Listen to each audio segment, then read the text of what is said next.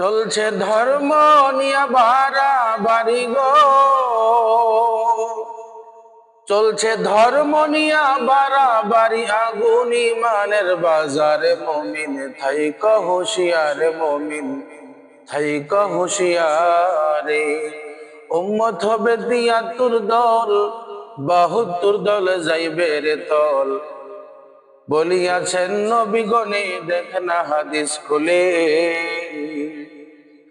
বর্তমানে বাতিল ফিরকায় দেশটা গেছে ভরে,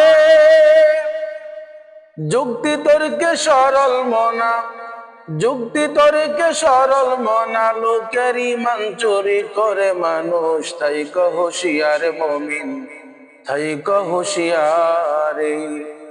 নবীর তাজিম মিলাদ কিয়াম আহলে বায়াতের সম্মান করিতে আউলিয়ার সন্ধান বলছেন পরোয়ারে।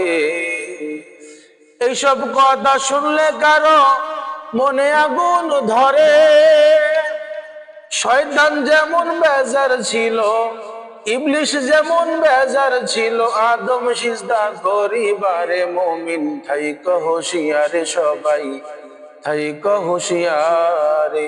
চলছে ধর্ম নিয়া বাড়াবাড়ি গো,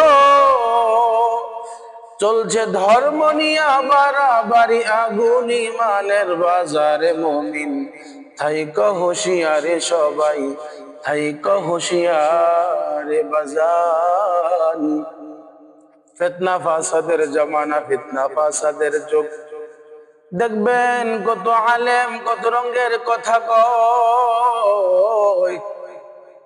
নবীর শানে কটূক্তি করে, নবীর শানে বেয়াদবি করে।